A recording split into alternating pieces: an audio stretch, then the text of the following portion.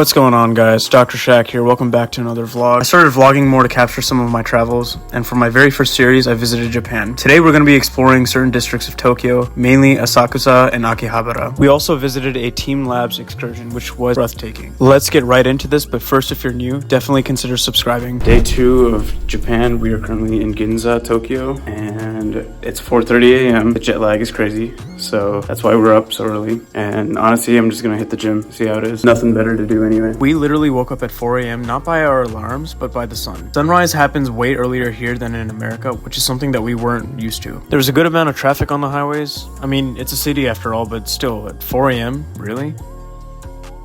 I'm honestly obsessed with how clean these streets are.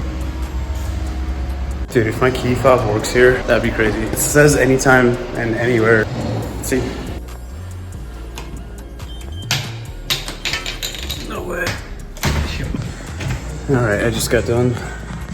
This was a light workout day. It's like 5 in the morning. I'm not trying to go too hard. Just want to get a quick lift in. Turns out there's actually 2 centers. I could have gone to the other one. This one that I went to didn't really have much equipment. The other side that y'all just saw has like everything else pretty much. But yeah, on our way back, I think we'll go get some food. Probably get like a breakfast sandwich from a 7-Eleven and then go from there. One thing I observed is that every single business owner, worker, landlord, or whoever it is in charge of running a commercial space, these people come out and make sure that their front steps are completely clean. Maybe business owners in like New York do that. It's just something that I didn't realize until I was up this early. But in any case, I was really a fan of the view that I got and was looking forward to getting used to it for the next few days. Okay, so the next plan is to go to Senso-ji Temple. There's like a Namakase street, which has a bunch of matcha and a bunch of other authentic stuff. Local restaurants there, that we're gonna take a train to that region. That's the thing about Japan. I feel like there's just a lot of walking. It's kind of crazy to be able to fit all these activities in. I know there's a bunch of other stuff that we can try to do, but definitely have to revisit this place again. We're about to get 7-Eleven. 7-Eleven is pretty sick here.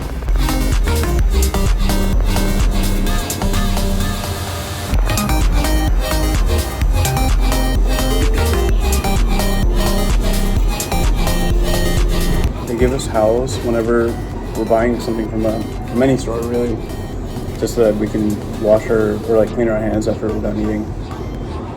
That was bomb. We're headed to the train station right now. We're gonna head to Senso-ji Temple and then from there explore Asakusa a little bit more.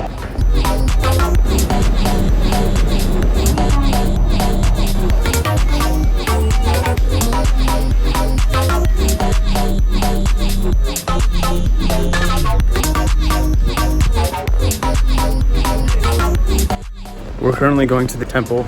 I think if we wait a little bit longer, it might be more lively just because all the shops are closing. At the Senso-ji Temple, visitors gather around the ritual called Joko. This is believed to bring purification, healing, and good fortune. Some even guide the smoke towards specific areas of the body, hoping to receive blessings for health and well-being. Even with Japanese traditions going on, the market's still accommodated for so many people. I thought it was cool to see how rituals can continue despite this much traffic.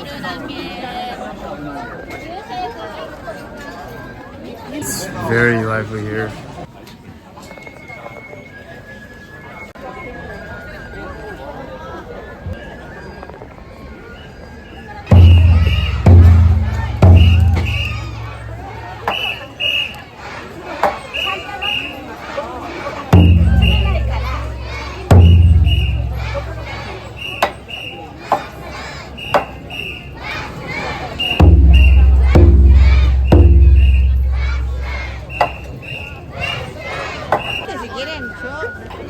It is insanely busy here now. It's not even 10. It's not even 10 o'clock.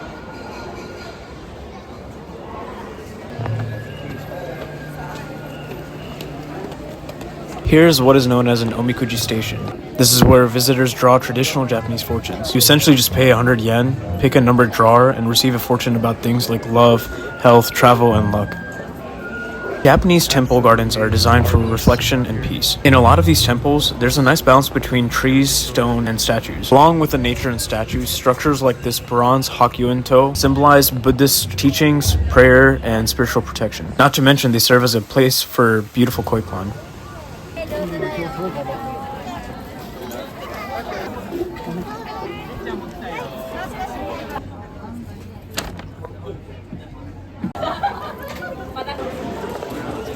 Just got busy. We're now headed to Sumida River.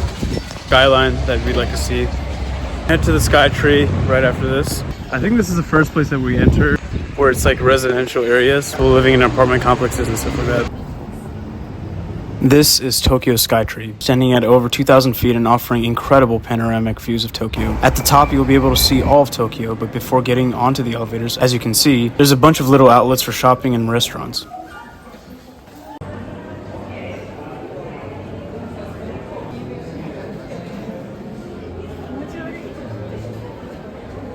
I didn't realize how big Tokyo was until I came to the Skytree. New York pales in comparison. We're gonna now head to Akihabara, which is the electric city. This is where all the anime stuff is. So in this store, they had collectibles that we could buy from different animes. Naruto, you know, they had Naruto, Sasuke, all that. It was hard to pick, but I ended up getting nothing. One of the biggest pieces of advice that I'd like to share is to not just buy things as you see them. They say that things in Japan are generally cheaper, and for the most part this is true, but it's important to compare prices across different places before buying. Alright, we just made it back to our hotel. After a certain point in Akihabara, we didn't really see any sense in staying longer, so we just came back. But we're gonna take a nap and then head over to TeamLab. Konbanwa. We took like a fat nap, but we're headed to the train station to head to this TeamLabs. The thing about TeamLabs is that they have exhibits that use projections, light, and technology to create immersive spaces that can change as you move through them. And the result? Well, just watch.